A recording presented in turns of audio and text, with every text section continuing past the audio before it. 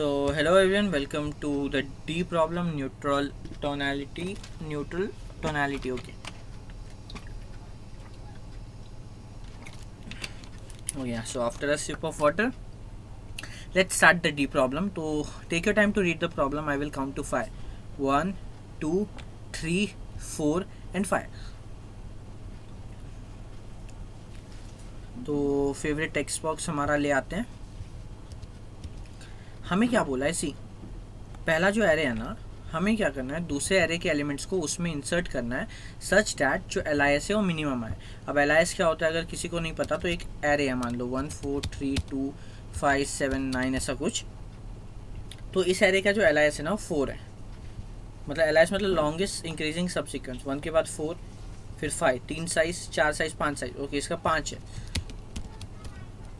ठीक है, जैसे ये एक और कौन सा हो सकता है, 1 के साथ 2, 2 के साथ 5, 5 के साथ 7, 7 के साथ 9. तो ऐसे मतलब लॉन्गेस्ट इंक्रीजिंग सब सीक्वेंस LIS, ये कॉन्सेप्ट है बेसिकली DP का. बट ठीक है, it's not about the LIS problem right now. It's about कि हाँ, ये बस पता होना चाहिए कि लॉन्गेस्ट इंक्रीजिंग सब सीक्वेंस जो है उसकी लेंथ यहाँ पे 5 है, तो वो कैसे निकालते हैं. ठीक है, मतलब ऐसे मैथमेटिकली कैसे निकालते हैं, ऐसे सामने देख के मैनुअली कैसे निकालते हैं, not with DP as of now. तो अब मैं क्या बोल रहा हूँ ना, एक मुझे ज़रा सा एक लॉजिकल बताओ. ये इतना इजी है ना, डी प्रॉब्लम है ही नहीं है. ये बी प्रॉब्लम भी होता ना तो भी ये सॉल्व हो जाता. बहुत इजी प्रॉब्लम है. ठीक है, मुझे एक बात बताओ, सी लॉजिकली सोचो, अगर आपको LIS बनने से रोकना है तो क्या आप ऐसा नहीं करोगे कि बड़े एलिमेंट्स को पहले रख दो? क्या आप ऐसा नहीं करोगे कि बड़े एलिमेंट्स को पहले रख दो? हाँ या ना? समझ में आ रहा है मैं क्या बोल रहा हूँ? सी अगर मैं एक एग्जाम्पल बताऊँ तो 7 5 4 2 1 ऐसा कुछ था. तो आप क्या करो पता है, सबसे बड़ा एलिमेंट क्या है, 7 ना, उसको एकदम स्टार्टिंग में रख दो, फिर 5 रख दो, फिर 4 रख दो, फिर 2 रख दो, फिर 1 रख दो. ऐसे कर दोगे तो LIS हमेशा सबसे छोटा ही बनेगा. हाँ या ना? राइट? समझ में आ रहा है मैं क्या बोल रहा हूँ? अभी देखो मैं क्या बोल रहा हूँ. सी अगर मैं बड़े एलिमेंट्स को पहले रखूँ तो हमेशा जो वैल्यूज़ मिलेगी वो क्या मिलेगा, छोटी मिली. जो LIS की वैल्यू मिलेगी वो क्या मिलेगी, छोटी मिलेगी. मान लो मैंने यहाँ पे ऐसे रख दिया 1 2 4 5 7, 1 2 4 5 7, तब तो मेरा LIS अपने आप बहुत बड़ा हो गया. यू कैन सी 5 लेटर्स का तो यही हो गया. तो मुझे हमेशा क्या करना है, एलिमेंट्स को डिक्रीजिंग ऑर्डर में डालना है. ठीक है, ताकि मेरा LIS छोटे से छोटा हो. तो इसको पहले डिक्रीजिंग ऑर्डर में डाल देते हैं. डिक्रीजिंग ऑर्डर में ये ऐसा दिखेगा. अभी अगर नहीं केस समझ में आ रहा है ना मैं क्या बोल रहा हूँ, तो फिर से वही केस उठाते जो हमने दिया था. अभी देखो मैं क्या बोल रहा हूँ. सबसे पहले क्या है, 7. 1 क्या है, 7 से बड़ा है छोटा है, छोटा है, तो मैं 7 पहले डाल सकता हूँ. क्यों? क्योंकि इससे ना मैं आंसर को बढ़ा नहीं रहा हूँ. 7 के बाद 1 आ रहा है, मतलब मैं आंसर को बढ़ा नहीं रहा हूँ. ठीक है, अभी मान लो फिर मैंने 5 डाला, मैं आंसर को बढ़ा नहीं रहा. 4 डाला, मैंने आंसर को बढ़ाया नहीं. 2 डाला, मैंने आंसर को बढ़ाया नहीं. 1 डाला, मैंने आंसर को बढ़ाया नहीं. ये समझ में मैंने क्या बोला? अच्छा, 1 डालने पे ना हो सकता है कि 1 डालने पे ही आंसर बढ़ जाए. नहीं बढ़ाया मैंने. This is our final answer. ये सही है, ये चल जाएगा. अभी ये वाला केस तो बहुत आसानी से हो गया, तो ये केस तो शायद समझ में ही नहीं आया होगा मैंने क्या बोला. ये वाला केस देख लेते हैं. सी ऐसा है, 6 4 और 5 है ना. अगर मैंने पहले 5 डाला तो मैं आंसर को बढ़ा रहा हूँ कहीं ना कहीं. क्यों पता है? क्योंकि 5 के बाद 6 आ रहा है. मान लो 6 से जो आंसर आ रहा था, यहाँ 6 के बाद 4 है, मान लो यहाँ पे 7 8 9 ऐसा भी कुछ होता, तो 6 से जो करेंटली आंसर आ रहा है वो कितना आ रहा है, 4 आ रहा है. कि यार 6, ये जहाँ पे 6 है, जहाँ पे अभी, वहाँ से मेरा आंसर क्या आ रहा है, 4 आ रहा है. 6 7 8 9 4 आ रहा है. अगर मैंने इससे पहले 5 डाल दिया तब तो मैं 1 से आंसर को बढ़ा ही रहा हूँ ना. 5 के बाद 6, और 6 से जो आंसर था वो तो रहेगा ही. तो मैं यहाँ पे 5 नहीं डाल सकता. क्यों नहीं डाल सकता? अगर मैंने 5 डाला तो मैं कहीं ना कहीं LIS को बढ़ा रहा हूँ. तो मैं क्या करूँगा, 5 पे नहीं डाल के फिर 6 के बाद जाऊँगा 5 पे. 6 के बाद जाऊँगा 5 पे. अब मैं 5 को यहाँ डाल सकता हूँ क्या? हाँ, मैं 5 के बाद यहाँ डाल सकता हूँ. 5 को यहाँ क्यों डाल सकता हूँ? क्योंकि इसके बाद क्या है, 4. तो सिंस इसके बाद क्या है, 4, तो अगर मैंने 5 यहाँ डाल भी दिया ना, तो 4 से आंसर कितना आ रहा था, 4 आ रहा था. क्या मैंने पहले 5 लिखा उससे आंसर बढ़ा? नहीं बढ़ा. क्यों? क्योंकि ऑलरेडी मेरे पास क्या है, 4 है. तो ये 5 और 4 कभी भी LIS बनाएंगे ही नहीं.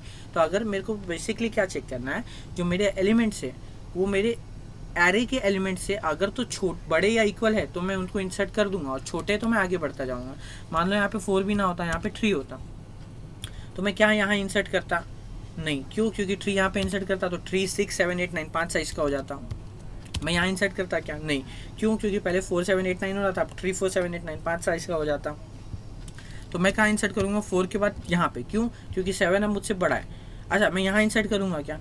यहाँ पे भी इंसर्ट नहीं करूँगा। क्यों? क्योंकि 7 8 9 3 साइज़ का है। अगर मैंने यहाँ पे 3 इंसर्ट कर दिया तो भी ये 4 साइज़ का बन जा रहा है। अब मुझे पता है कि फाइनल आंसर ये नहीं है, क्योंकि फाइनल आंसर 6 या 4 से लेके भी 4 साइज़ का ही बनेगा, बट फिर भी हम यहाँ पे इंसर्ट नहीं करेंगे। फिर हम आगे जाएंगे, नहीं यहाँ पे भी नहीं करेंगे, फिर आगे जाएंगे, यहाँ पे भी नहीं करेंगे, तो लास्ट में आके इसको इंसर्ट कर देंगे। So this will be our final answer.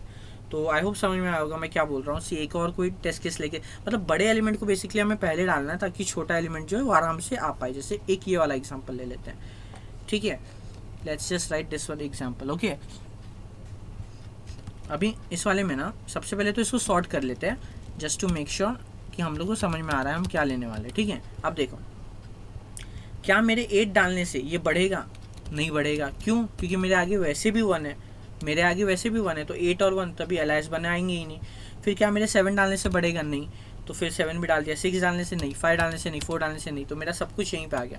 पर जस्ट इमेजिन यहाँ पे 5 होता तो मेरे 4 डालने से यहाँ बढ़ता क्या? हाँ बढ़ता, क्योंकि पहले 5 से जो भी आंसर आ रहा था, अब मैंने पहले 4 डाल दिया तो वो आंसर 1 से बढ़ जाएगा। तो मैं यहाँ पे 4 ना डाल के मैं क्या करता? आगे जाता, मैं आगे जाके चेक करता। अभी तक सब हटा दिया, सिर्फ 4 बचा है, ठीक है।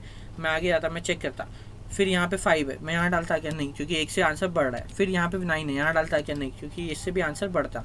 यहाँ पे 2 है, क्या यहाँ पे डालता? हाँ, क्योंकि 2 से जो भी आंसर बन रहा था, अगर मैंने ये 4 2 भी ले लिया तो भी उतना ही आंसर बनेगा, क्योंकि 4 के बाद 4 और 2 तो अपने आप में अलायंस है ही नहीं, तो आंसर को कभी भी इंक्रीमेंट नहीं करेगा। तो हम बेसिकली क्या करेंगे, सारे एलिमेंट्स को एक प्रायोरिटी क्यू में डाल देंगे या तो सॉर्ट कर लेंगे डिसेंडिंग ऑर्डर में, और चेक करते जाएंगे कि जो इंडेक्स पे, इस इंडेक्स पे अगर मुझे उससे बड़ा या इक्वल एलिमेंट मिल रहा है तब मैं उसको आगे तब मैं इस इंडेक्स पे नहीं डाल के मैं आगे जाऊंगा।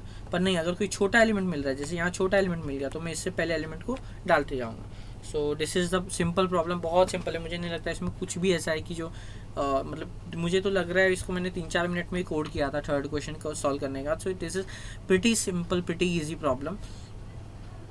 So without any further ado, let's write the code in CPP. You can try the same in Java. मतलब इसमें कुछ भी है नहीं बहुत ज़्यादा कुछ समझाने के लिए। हम बस क्या करेंगे, हम पहले तो दोनों एरे को इनपुट ले लेते हैं। That is our very first task.